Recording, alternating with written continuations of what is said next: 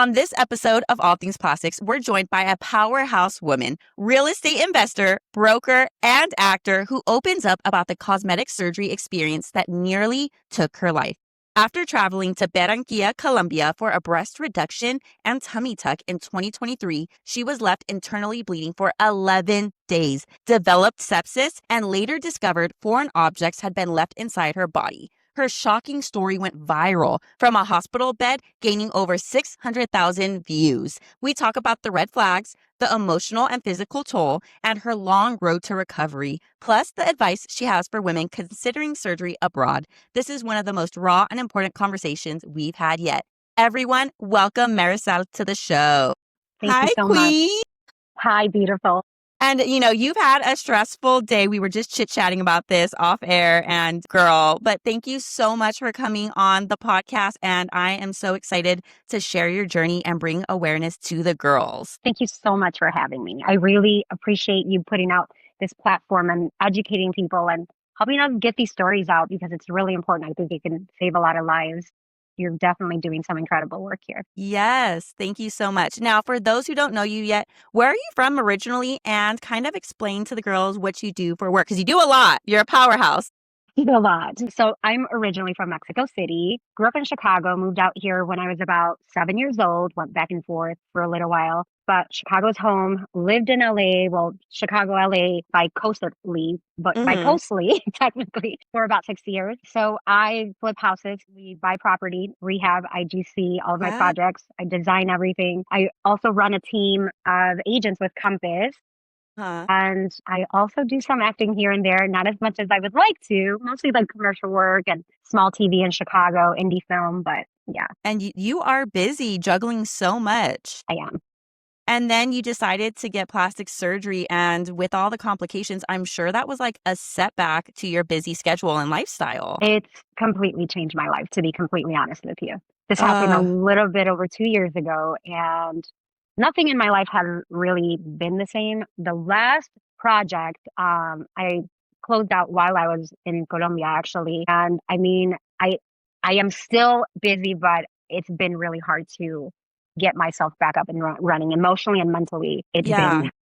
Now, before we jump into what happened and the crazy story, girl, when did you kind of figure out like, hey, I want to go get plastic surgery? Have you been thinking about it for a while, or was it something in 2023 that you were like randomly decided and woke up one day? No, I'll be honest. I have been struggling. I'm a petite girl. I'm small. I'm 5'1". Wow, I'm about 125 pounds right now. I've been really on the grind lately. But I always work a lot. I definitely work out. I try to watch what I eat. But there were certain parts of my body. I had really big breasts. And for my small frame, it was really tough, like in business and stuff. Like, attention like in the wrong places made me a bit insecure. I was always covered up, always like sitting in a way to like hide my breasts. Grew up with brothers and a lot of men, so wore a lot of baggy clothes when I was younger and stuff. And I always wanted smaller breasts. I would go on diets and like work out and stuff, and I couldn't get rid of get my breasts to go down, and I couldn't get rid of certain like fat pockets around my stomach. So I was like, you know what, like I'm tired, I'm getting older, like this working out is great, like that is the way to go, like diet and work out, like do it. But sometimes we need a little bit of help, and I was like, I'm gonna find the best of the best, research doctors everywhere, and I just kept going back to this doctor because I was gonna say, yes, how did you find this doctor in Colombia, and what made you decide to do Colombia, girl? I know. Well, this is the thing. This is what I like urge women, like do not fall for the bullshit. Like social media is not real. Social media is not real. This doctor is social media famous. He has like 800,000 followers, and they post a lot. And the work that they post looks incredible. What I realize now is that they're posting the handful of like great results, batching a bunch of other women in the process. Yeah, the thing with tricky with social media, everyone likes to display the best versions of themselves. Right. And of course, plastic surgeons are going to display the easier, the best cases. And that's where it gets tricky. And that's why I always tell girls, try to find a body or another girl similar to your body type for those results. Because if they're just posting these already tiny, skinny girls and your BMI is higher, things might not look the same post-operatively. 100%. That's really good advice. The other thing that now I realize is that he actually he works with a lot of like OnlyFans and Instagram models. Like, no shade, but Yeah. oh gosh, they have crazy followings. Like, I'm talking about millions of followers because Mm-hmm. of their work. So this is how he's become Instagram and TikTok famous and all of that stuff because this is who he does, like the crazy results, like turns women into Barbies, like abs, like booty, like Yeah. perfect, like, just like unimaginable, unattainable bodies. Yes. Not real, once again, you know? Mhm. Um, and yeah, sure, that looks great probably in pictures and videos on camera, but like for my own, like I wanted just to be thinner and smaller boobs, you know? And Yeah. I was like, I don't want this posted. They were like, well, we would like to do like videos and put up photos. And I was like, I am not comfortable with that. I do not Yeah. want my body out there and stuff. They really pushed for that. And somebody out there told me, actually, somebody that worked for the doctor, that the women who get like the real serious results are the women who he's posting. So when you give them permission to Oh. put up all of your stuff, they really go in and do the work. See, that's BS. That's ridiculous because you should give the same level of care to 100%. whether this patient is going on social media or not. Don't half-ass the girl who doesn't want to be on social media. 100%. Well, come to find out, it looks like that doctor did not end up doing my surgery. And girl, I was watching one of your viral videos I was watching all of them and you were like, I think that this doctor did not do my surgery. I think he had somebody random. I'm Like, pretty sure. you think it was like a fellow or someone under him that's like a Well, newer yes. upcoming surgeon? The doctor personally told me that he teaches his technique. He has surgeons from all over the world Yeah. coming into Barranquilla, Colombia, to learn his technique. And he comes out to the state to teach his technique as well. He Yes. told me that he comes to the States and he operates here. He is not board certified and he does not have the prerequisites and the permission to be doing those surgeries here in the US. Now, when they were doing my surgery, he had doctors that were in from Mexico, the ones that I met. They were young doctors. I don't know how long they've been practicing. I know he was training them. I think that they came in and they were, I don't know. Surgeon sutured one side of your abdomen and then the other surgeons under him sutured the other. This is where you can kind of tell. This is tea right here. If you look at your tummy tuck incision, does the work on the left look similar to the work on the right? Completely different. Completely different. My right breast, my left side, my right side, completely different. Not only that, but the scars they do not match his work. They're different. They are completely different. Like if you see me next to the girls that he's posting, it is not the same work. And that's when you can kind of tell that there was maybe two surgeons or whatever operating and closing you because the suture work should be the same on both sides. It's like handwriting. You match up handwriting, correct? Yeah. Suture work is just the same. So you're telling me that both of the sutures are completely different, which means two surgeons operated and closed you, and that's why everything looks wonky. My right breast, like TMI, I hope my future husband, if he's watching this, does not get turned off by this. My right breast does not match my left breast at all. The my gosh. object that they left inside my body ruptured on the right side, which expanded my areola. Yeah. And I want to get into that because I do have a couple questions, but I want to go back to, did you fly out for your consultation or did you do an online consult? I did. Actually, I feel like an idiot. You're going to tell me you didn't do a consultation? I did it in via videos and pictures, and then I did the consultation there before my surgery. Okay. And that typically when you're doing surgery abroad that's the easiest way to do it. Everyone, even if you're flying out from Turkey or Colombia to the U.S., the doctors will do consults like that. Sometimes the U.S. surgeons will have you fly in the day before or 2 days before, sometimes not the morning of surgery, but typically that's kind of how it goes. And how did you feel at your consult? Because I was watching your videos and you were saying like the surgeon's very like charismatic, lovey-dovey, hugging and kissing, and his wife works in the office and he's doing all this? Yeah, it's way worse than what I started discussing. I have a lot more videos that I want to put out, things that I want to warn women about. But honestly, I just have a ton of PTSD. Like after I posted some of those videos, like I had to get off social media. It was flooded with like hundreds of messages, DMs, like just women like telling me my, best friend died, my sister died, my wife died. And I saw those comments. But did you Did you feel any, like, when you went to Colombia and you were there the morning of surgery, did you kind of have a gut feeling like, maybe not, or were you okay? No, I was having nightmares before I went. Wow. I was having nightmares. I was praying a lot. Mhm. I'm not a fearful person at all. Like, Mhm. I am not scared of anything. I feel like Yeah. I wasn't born with a sense of fear, but I kept having dreams that I was going to die. And, surgery is scary, any type of surgery, right? Yeah, but But your fear was way more escalated than the average person. yeah. At the time, I talked about it with my therapist, and she was Mhm. like, okay, we've been talking about this for a couple of weeks. You're going to get ready to go. Like these dreams are very vivid. And I'm like, I don't know. Maybe I'm just really nervous. I kept dreaming that I was going to die out in Colombia. And I was like, okay, that's dumb. Like, I kept brushing it off, kept brushing it off. Yeah. Went out there, and, the people are incredible. They're so sweet out Mhm. there. They actually tried to have me stay at a different hotel because I did the travel package. So basically, you fly out, they put you up in a hotel. It includes your meals, it Oh, includes okay. the surgery and stuff. And when I got there, they said that they had changed hotels and they tried to put me up in a different hotel. And I was like, absolutely not. This Yeah. is where you guys said I was staying. They tried to put me in this like not very nice place. I was like, no. Hmm. So I don't know if there was things that probably the doctor didn't like about me. Like, for example, the fact that I was like, no, you guys promised me this. I was very stern. I was like, Mhm. you guys have to keep your word. Like, this is what was Yeah. discussed. This is the hotel that I want to stay in. This is where I'm comfortable. And then they were like, fine, you're going to be the only person there. We have all of the nurses. They can't stay with you. They're not going to stay overnight. They're only going to be there for a few hours a day. And I was like, it's fine because I'm thinking like, I'm going to be okay. My mom's with me. It's fine. This is a much nicer stay. I feel way more comfortable. I'm going to be here for weeks. I Mhm. want to be comfortable. And Anyway, how long were you planning on staying, like, just originally? What was your 15 stay? days because of the tummy tuck. Okay. 11 days or I don't remember. It was between 11 Close to and 2 13 weeks, days. which is very Close to good, 2 weeks. especially for the tummy tuck. Right. Okay. But I was there for over a month. I met the doctor. The doctor was very nice, Mhm. very like too nice, like Yeah. unacceptable here. Hashtag me too.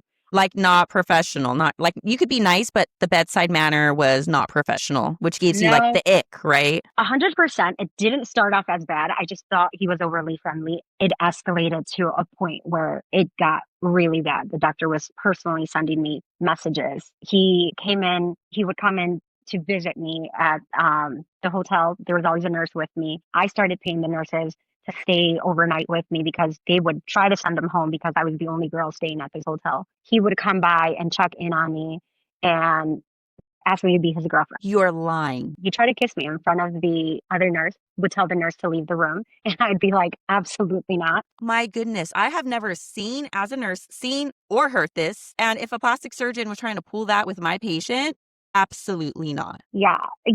Initially, like, I don't know if I'm just super naive. I thought it was like jokingly like, oh, this is the way he like touched a nurse's ass in front of me before. Like this is the way the doctor works. Like he is completely disrespectful to all Ugh. women in general. Okay. And And he's the doing nurses this laugh. in front of people. Imagine what this man, 100%. doctor, doing behind doors. Yeah, exactly. Disgusting. Absolutely disgusting. Like no professionalism. His wife in the same clinic and him like hitting on me, hitting on the nurses, touching the nurses inappropriately. He tried to stick his tongue down my mouth, like and do you understand how And you're one. he has to see my body? And Yes. it was horrifying for me. Like I'm an abuse victim. Yes. I won't go into that, but this is really hard for me. Like this Yes. has with me. I'm sorry. I don't know if I could And swear. no, yeah, I'm you're okay. sorry. And the fact that you are trusting this medical professional and he's taking advantage of you, and he's probably doing this to other women and other patients, and who even knows, his staff, and that is Yep. not okay. Yep. And it is confirmed. I actually have names of women who he's had affairs with. I was there for weeks. I was stuck there. I couldn't fly out. So, and I became really close with some of the women that worked with him. Mm-hmm. He told me horror stories. I wasn't the only or first. It was just like whoever allowed it, he would get involved with. Like I have morals, and I wish I would have been like I would have talked to his wife. I would have like stood up for myself more. I was dying though. I was like struggling for my life. You Like are recovering to out of surgery. Like, your mental space, your physical space, your emotional, everything is out yeah, of whack. Like, and that is, quote unquote, taking advantage right. of somebody who is unable to care for themselves at the time. And my goodness, that makes me so angry. Yeah, it's really, really, really messed with me. When I tell you, like, this really took a mental and emotional toll because on me. that's more than just post-op complications. This is a 100% whole different level of abuse of power. abuse, neglect, abuse of power. And some of these plastic surgeons, they think they have the quote surgeon, and women are begging to get surgery with them. And they have like this godlike superior personality and mentality and think they can do anything. And Yep. it's disgusting. Yep. I am glad that you are taking a stand and you're taking legal action from what It's really you're hard. trying to. Everything's in the works. It's hard. We're out of country. I know. But at least we're putting something on the record. We are. I have attorneys here and in Colombia that I'm speaking with. There's a lot of women. There's lawsuits. There's pages, with his name and malpractice on TikTok, on the internet. They've tried to scrub. He has a team, a PR team that handles it, and they've tried to scrub the internet, and there's still so much stuff out there. No, the fact that he is doing all of this, something's going to come back and bite him in his ass, because you can't do all this shady stuff to people and think you're going to get away with it. No, it's not going to happen. Way.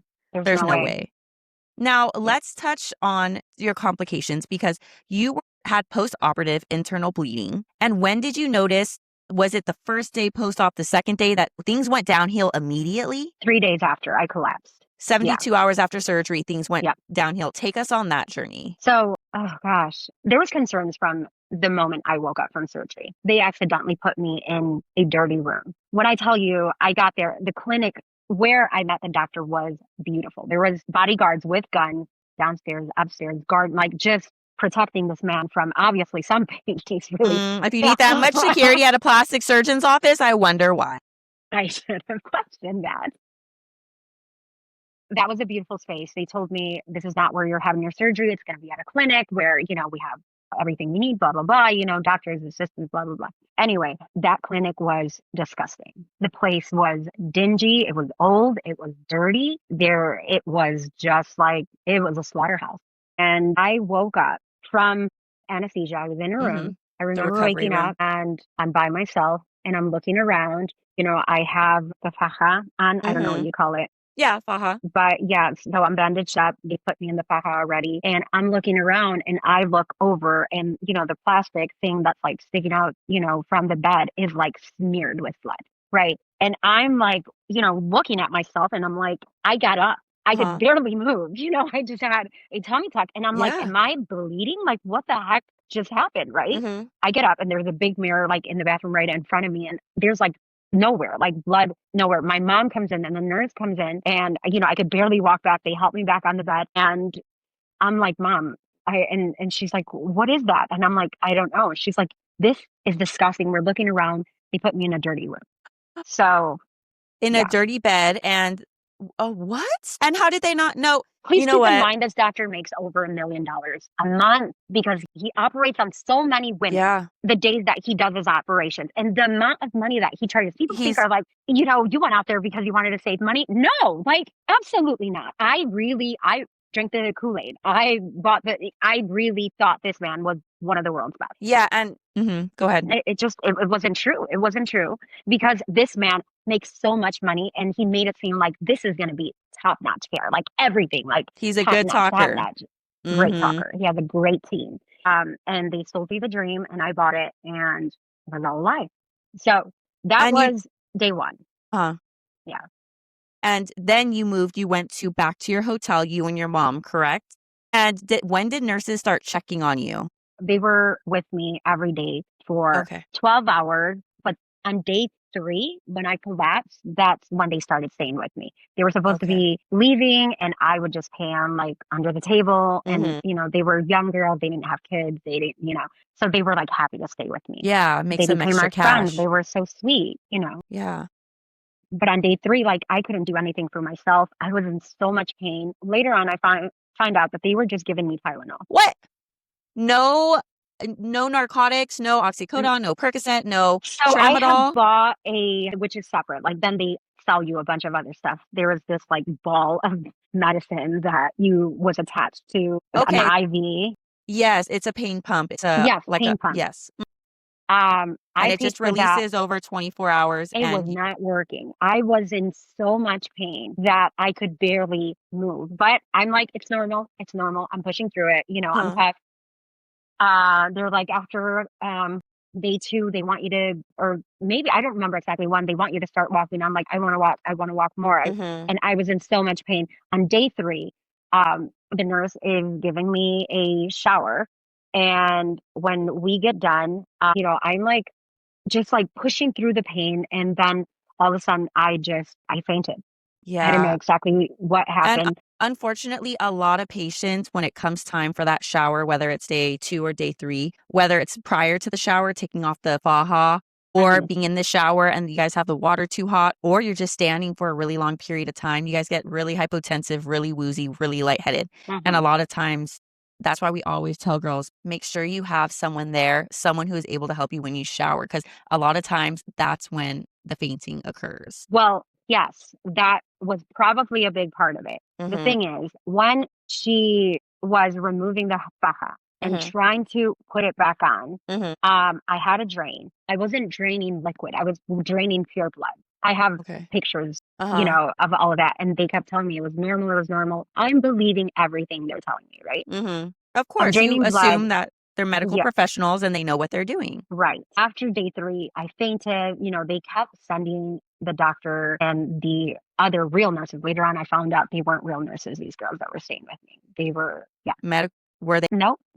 They were girls pulled off the street, paid minimum wage, dress desk nurses. so they just hired ladies to go take care of my postoperative patient who just had major surgery. Yes, it's plastic surgery, but a tummy stuck is still major surgery, and threw them in scrubs Yep. and had them take care of you who don't know what complications to look for, don't know anything. Yeah. Yeah. Oh my gosh. There was this one girl who had worked a little bit for. I feel like she tried to learn and like research and stuff. At least, she was Look, trying later to on. learn It's not girl, this is not the time, not the place right now to learn. Go to school, learn, and let's go from there. Not right. oh my But at gosh. least, like, she was, and I could tell, like, when things were after day three, every time they would take the faja and put it back on, I would faint.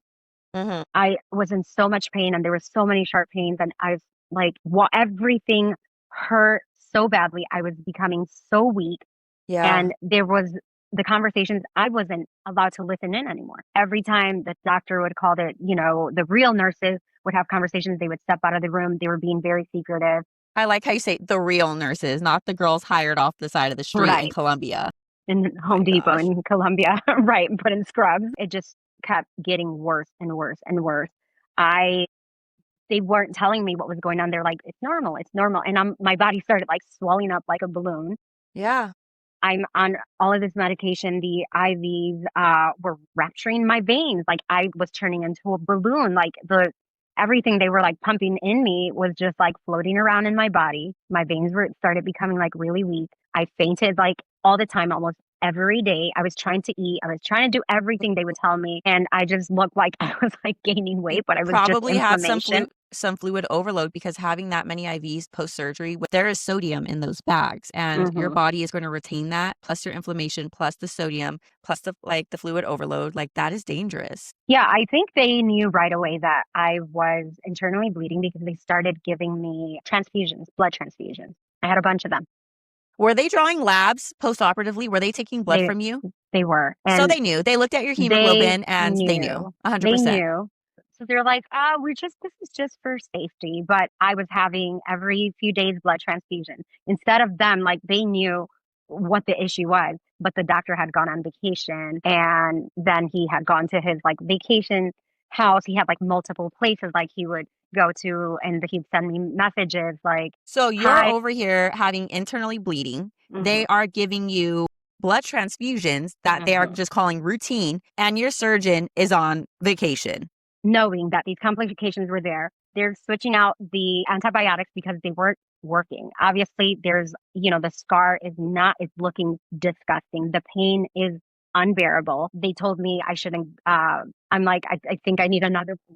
I was like, it wasn't better, but the pain's just getting worse. And it was like in specific places. And they're like, no, it's normal. Everything is normal. And this is not normal. All of this is not normal. I wish I would have done more research. Yeah. Yeah, they finally he comes back from vacation day 11, between day 11 and day 12. They're like, it started getting really bad. I couldn't get up anymore. No. For days before I had emergency surgery out there again, I was just fading. I could barely talk. I was like drugged at this point. So they I took was you back like, to the surgery center? they took me back. Yep. I had to have emergency surgery to clean out the infections. The plastic surgeon did the emergency surgery, or you went to a hospital? No, the plastic surgeon did it. Lord Jesus, help me. So they opened me back up. I guess I had developed, what are they called? Just like Seromas? Yes, seromas, the fluid, that's hardened, blood, and like with the infection and stuff. It was so incredibly painful. 100%. So they cut me open again. And they cut open your whole abdomen, cleaned out the infection and fixed the seromas and the internal bleeding. I guess they left some things open in there. And I remember waking up from the second surgery screaming because I've had a child before and I've never felt such excruciating pain in my entire life. They scrubbed my entire inside. And I guess the, whatever they gave me, the anesthesia and the painkillers and everything wore off. And I couldn't take it. Then they sedated me and, put me on a bunch of stuff. But when they opened it and closed me back up, I don't know if he did it. I don't think so. My left side looks awful. The scars look really bad. And now I would be like, doctor, am I ever going to be okay? Because I look worse than I did before I went. Plus all the scar tissue. If they went, they went open a fresh incision, and the suturing work isn't the same, or they weren't as careful or took their time. My goodness. So after that, I just wanted to come home. I remember just being there, and all I can do was pray because I didn't have anything left in me. I couldn't walk. I couldn't talk. I couldn't eat. I was just like delusional at that point. Like just you've had so much trauma to your body. Yeah. All of my vitals were not good. Everything, like my organs were starting to fail. My liver was having issues because I don't know if it was the medication or whatever, but I wasn't processing things. Like my body was like shutting down completely at that point. And then you developed sepsis. That was one of the reasons why they opened me back up. Okay. Yeah. And that is very rare, for honestly unheard of, a plastic surgeon to reopen to fix internal bleeding. I get the seroma part. We do fix seromas, but the internal bleeding, and if you already have an infection, possibly sepsis, you are immediately going to the hospital, possible critical care unit, and you need close monitoring, hooked up to a vital sign machines, nurses around the clock, actual nurses, not caregivers. So did they send you back to the hotel after the second surgery? Yeah, and they were monitoring me. They were monitoring you, but in a hotel room? That's not the type of monitoring. And I was in critical condition, and he was on vacation. Did you eventually go to the hospital after that second surgery? Here I did, not out there. In the U.S.? Yeah. Okay. So things were kind of trending upwards for you, and you managed to fly back home? They wouldn't let me fly back because I had so much inflammation in the body, and my body had gone through so much trauma that the scars kept wanting to rip open. And they looked like they were like everywhere in my chest, in my abdomen. My body looked like it was going to rip apart. So they're like, if you get on that plane, your scars are all going to open up. And how did you get back from Colombia to the States? I had to wait. Until... So you were stuck in Colombia for 1 month. That is a long time. Post-surgery, away from home, dealing with all of this. My gosh. Now, when you finally, a month later, came home, was everything, I know, the trauma with the incisions, was everything kind of okay? I know, define okay, correct? But vitals, infection-wise, were you feeling okay? I was on antibiotics for months afterwards.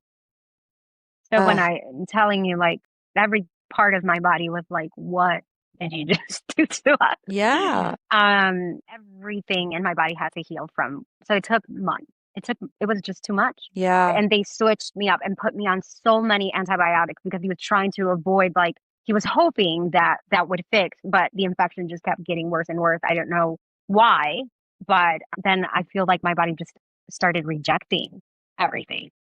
Yeah, possibly antibiotic resistance. That could be a part. Now, in your videos, you stated that foreign objects were left inside your body. What did the doctors in the US discover after your return? So when I came back and I first went to the ER, which was just a couple of weeks after I got back because I was still in so much pain, the scars were not closing.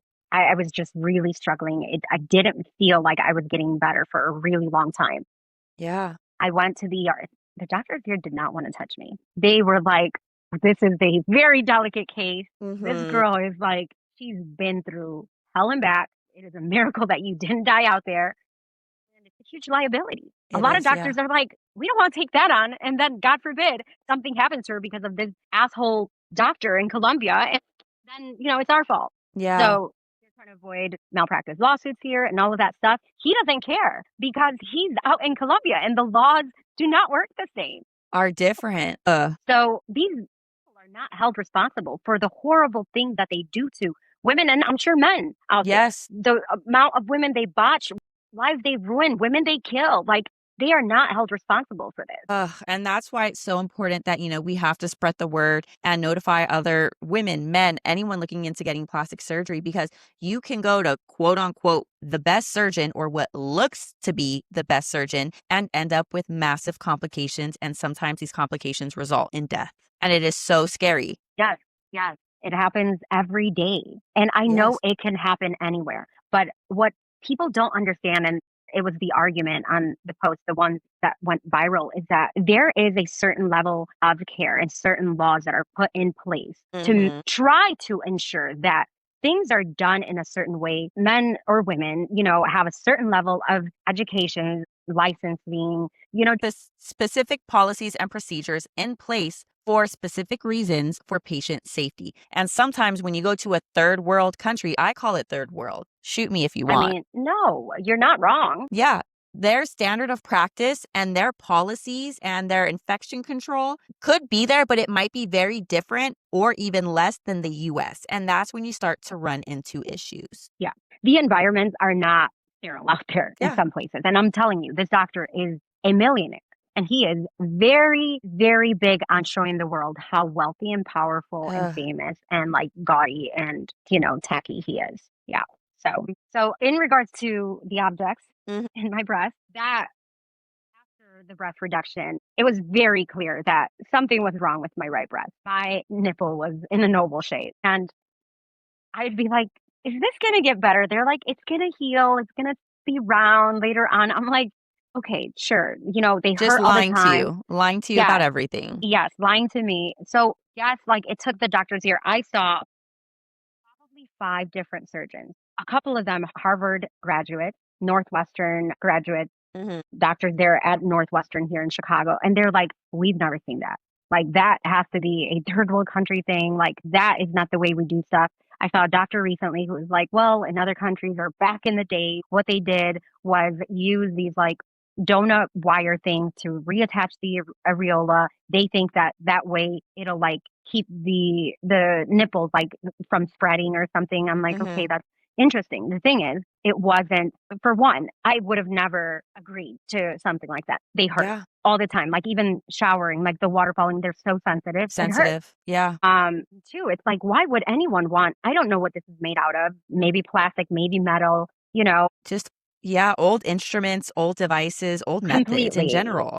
completely. And because this one wasn't put in correctly, or maybe not the same doctor put them in, Mhm. it was in a weird shape, sutured wrongly and putting pressure in a way. That's why it was in an oval. And months after I came home, it broke. So it ruptured, broke open, then started becoming sharp because it moved inside my breast. Yes. Yes. So it spread and opened and I couldn't lay on the right side. There was so many things that every time I moved, it moved inside. It It's a was foreign cutting object me. inside your body and it's Yeah, migrating. Yeah. right. So it felt like a wire stabbing me every time I moved my right arm. And Ugh. it wasn't, I was like that for 2 years until recently, where it actually cut through my skin and I would raise my arm and it would come out. The wire was coming out of my breast completely. Went to the ER. It was a Saturday night. They couldn't get a surgeon to come in. But then on Monday, I saw a surgeon at Northwestern and he's like, we got to cut that out. Like, we got to Yeah. cut part of it. So they did local anesthesia on my right breast, cut half of it out. And then the rest is, he's like, it's sutured in a weird way. Like, we have to, just open you up in a few different areas and cut it open and remove it. And you would need like a reconstructive plastic surgeon. Well, this is what one of the surgeons said. It seemed like they were experimenting on me because this is the type of surgery that they do on women who have breast cancer to reconstruct their breast. There is no reason in hell why I should have had like a reconstructive type surgery. You just needed a lift. Small time breast reduction. I Yeah. needed a reduction. That's what I wanted. Yeah. It was a pretty decent size, but I've never been like 200 pounds or anything. Mhm. It was probably like 2 pounds of fat max on each breast. Hmm. So there was no need for them to For all the reconstruct. extra, should have just done the basic lift. It sounds like you wanted a donut lift. I don't know what that is. Did you get the anchor lift? The one that was like an They anchor? did an anchor. Yeah. But I'm cut like from here all the way and all here, and then I'm cut from like hip to hip multiple times. Your incisions are just massive. It's bad. My goodness. And while you were in the hospital, this is where your viral video comes into play. You were still in the hospital bed. What made you hit record? I'm tired. I'm exhausted of everything I've been through. It's been 2 years of hell, 2 years of recovery, 2 years of hyperbaric chambers, therapy, psychological, intervention. Yes. It's just so much work. I've spent thousands and thousands of dollars. I'm getting close to $40,000 in the surgery and recovery from this whole situation with this doctor. And he blocked me when I was Of course. and he's like, you didn't have complications. My work is perfect. What I do is like. Is he a narcissist? Because it's giving narcissist. Time. He is a huge narcissist. And I've learned, like, after studying these people a bit, and this is why I haven't had surgery, is because some of these surgeons have this like superior complex. Narcissistic personality, godly. Yes, godlike personality, like I am, greater than thou, and just really bad. And I just, every time I'm around a doctor like that, it freaks me out. Like, I start feeling very uncomfortable. I closed off. I'm like, I don't want to be here. And I recently met a doctor who I may have these things removed and, may have him fix my abdomen, but I can't. It's trauma. I'm not ready. Went through major trauma, and that's a lot. Yeah, I have to find like someone that I feel completely at peace with, that I feel like I can trust, and because I don't know if I can put myself through it again. No, and that it's a lot. It is a lot, emotionally, physically, mentally, spiritually, everything. Yeah. And I don't blame you. Yeah. And were you expecting, when you opened up to the internet and you could tell that video was on the spot and it was coming from your heart, did you expect that video to go viral and all the responses, positive and negative, that you got? No. I put it out there because something was telling me it's time to tell your story. I didn't want to. This is embarrassing. No, it is. It is, but it isn't. Yes. I'm also, people are like, you're so insecure. Like, why do you, love yourself more? Like, tale old as time. Trust me, all the girls that I interview and all the girls that I talk to, they get the same comments by nobodies, by old men, old women who probably hate their lives. So you are not the only one, but tale old as time. You're so insecure that you needed plastic surgery. Like, no, you do not. I say this every podcast. You do not have to be insecure to get plastic surgery. You could just want to improve something, change something up a little bit. It doesn't mean you're deathly insecure. Yeah, for sure. For sure. I had no idea it would get the response that it did. One of the videos is upwards of 7,000 views, thousands and thousands of shares, reposts, comments, likes, and we received about 1.5 million, just engagement within that month that, I put in the post. And I never expected that. And I was like, I'm done with this. I don't want to do it, because I got so much. It's overwhelming hate from so many people too. And, I'm like, I don't have to give these people explanations about, but then I'm thinking about the women who are like, oh my gosh, I literally just paid the deposit. There was a woman, praise the Lord, she was in Barranquilla about to have surgery with him the next day. Stop. She sent me about 20 messages, was like, please tell me what happened. I told her everything. You are her guardian angel. And she's like, you probably saved my life. I pissed off a this hundred doctor. He percent. wouldn't like he is ego driven. I feel like if someone pisses him off in any way, like he will probably take it out on them. He's just nasty, a Just nasty a soul. horrible human being. Hmm.